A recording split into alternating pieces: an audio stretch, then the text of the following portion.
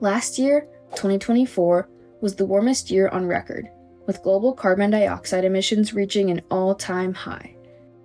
As climate change caused disasters plague the planet, the world needs to act now before more damage is done.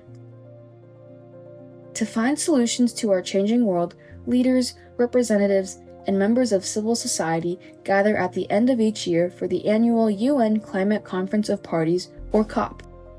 There, countries address their climate commitments and the progress made in implementing them. But last November, at COP29 in Baku, Azerbaijan, climate progress fell short. Labeled as the Finance COP, the summit was expected to deliver concrete commitments on climate funding for developing nations, but it instead ended with lackluster promises and delayed timelines. COP29 also largely ignored calls to phase out fossil fuels, the core driver of the climate crisis. 2025 marks 30 years since the first COP, and change is overdue. This November, tens of thousands of world leaders, scientists, activists, and citizens from more than 190 countries will make their way to the heart of the Amazon rainforest, Belém, Brazil, for COP30, a crucial meeting to give the world a chance to correct its course. These negotiations need to go beyond carbon emissions and techno-fixes, and our research reveals the critical missing pieces. COPs are where global climate decisions are made, but often the voices of those most impacted by climate change are marginalized or excluded from these talks. If COP30 is to deliver meaningful outcomes, it must prioritize climate justice and the voices too often left out. Climate justice ensures that negotiations are not only about reducing emissions, but also about protecting human rights, securing funding for loss and damages, and creating accountability for historic polluters. It recognizes that climate change is a deeply political, economic, and social issue. So why is climate justice essential? Without it, climate action risks deepening existing inequalities.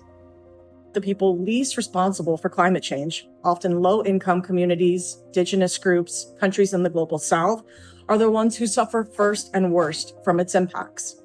Climate justice demands not only effective climate policies, but ones that are equitable, just, and come from democratic and inclusive decision-making.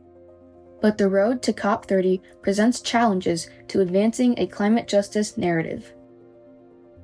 As an Atlantic port city at the edge of the rainforest, Belém doesn't have the same infrastructure as previous large host cities, raising questions about its ability to host COP30 without compromising the environment and climate justice. Belém ranks among Brazil's top 10 worst cities for basic sanitation, and despite its Amazon location, it also has one of the lowest rates of urban tree coverage. COP30 could further intensify these problems, excluding the concerns of local communities. Construction and development in preparation for COP30 is causing deforestation in the Amazon, a global climate regulator and biodiversity hotspot. This international event that should highlight the Amazon is instead destroying its communities, and the new infrastructure is only benefiting those who can afford it.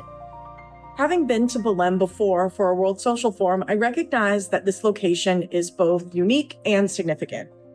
On the one hand, it presents major accessibility challenges for many, especially marginalized and frontline communities, youth groups, and delegates coming from under-resourced countries.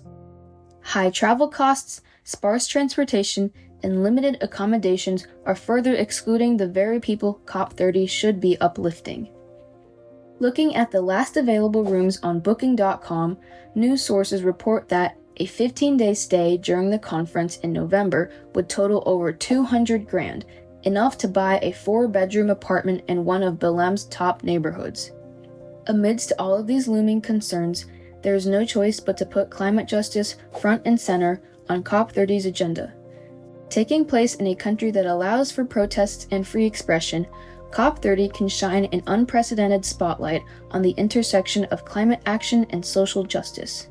At the same time, holding COP in the heart of the Amazon offers a powerful opportunity to elevate climate justice narratives, indigenous leadership, and other issues that are important to the global south.